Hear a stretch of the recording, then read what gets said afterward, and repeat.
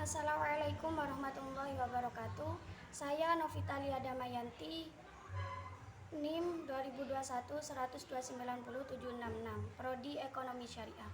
Saya di sini akan menanggapi materi yang telah diberikan oleh Gus Haji Dr. Abdul Wadud Nafis LCMEI yang berjudul Ekonomi Tertutup Tanpa Kebijakan Pemerintah.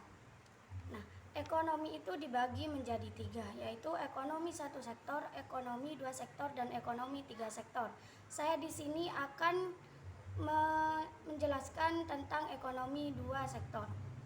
Yang pertama yaitu pengertian ekonomi dua sektor. Ekonomi dua sektor adalah sektor rumah tangga dan perusahaan yang merupakan bentuk sederhana dari analisis makroekonomi mengenai tingkat kegiatan ekonomi suatu negara. Yang kedua yaitu aliran pendapatan dalam perekonomian dua sektor. Aliran pendapatan yang pertama yaitu dari sektor perusahaan yang menggunakan faktor-faktor produksi yang dimiliki rumah tangga. Yang kedua, sebagian besar pendapatan yang diterima rumah tangga akan digunakan untuk dikonsumsi, yaitu membeli barang dan jasa yang diperoleh oleh perusahaan. Yang ketiga, sisa pendapatan rumah tangga yang tidak digunakan untuk konsumsi maka akan ditabung. Dan yang keempat, pengusaha yang tidak ingin melakukan investasi akan meminjam tabungan rumah tangga yang dikumpulkan oleh institusi-institusi keuangan. Di sini pengertian kecondongan mengonsumsi.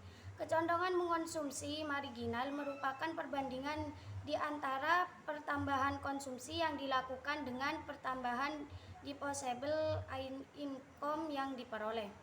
Dan yang kedua, pengertian kecondongan menabung. Kecondongan menabung merupakan perbandingan di antara pertambahan tabungan dengan pertambahan disposable income.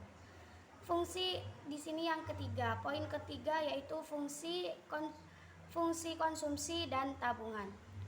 Fungsi konsumsi yaitu suatu fungsi yang menggambarkan sifat hubungan antara tingkat konsumsi rumah tangga dalam perekonomian dengan pendapatan nasional atau pendapatan disposable. Fungsi tabungan yaitu suatu fungsi yang menunjukkan sifat hubungan antara tingkat tabungan dalam perekonomian dengan pendapatan nasional atau pendapatan disposable. Nah, poin yang keempat yaitu investasi dan fungsinya.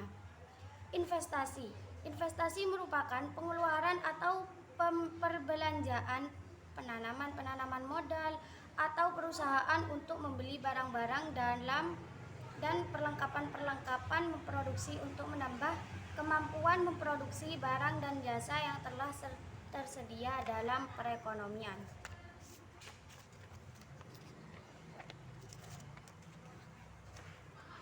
Pengeluaran investasi meliputi yang pertama, pembelian barang dan modal, yaitu mesin-mesin dan peralatan produksi lain untuk mendirikan berbagai jenis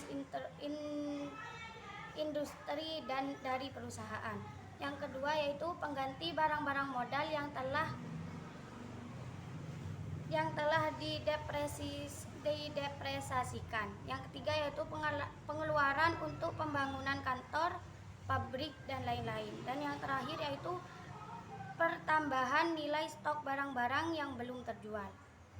Nah, faktor penentu investasi. Faktor penentu investasi itu ada 6. Yang pertama, tingkat keuntungan yang akan diperoleh. Yang kedua, suku bangsa. Yang kedua yaitu suku bunga.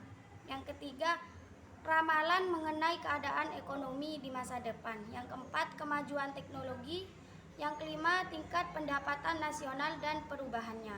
Dan yang terakhir yaitu keuntungan yang diperoleh suatu perusahaan. Di sini investasi juga mempunyai fungsi. Fungsi investasi yaitu merupakan fungsi yang menunjukkan hubungan antara tingkat investasi dan tingkat pendapatan nasional. Fungsi investasi itu ada 2. Yang pertama yaitu investasi otonomi dan fungsi investasi terpengaruh.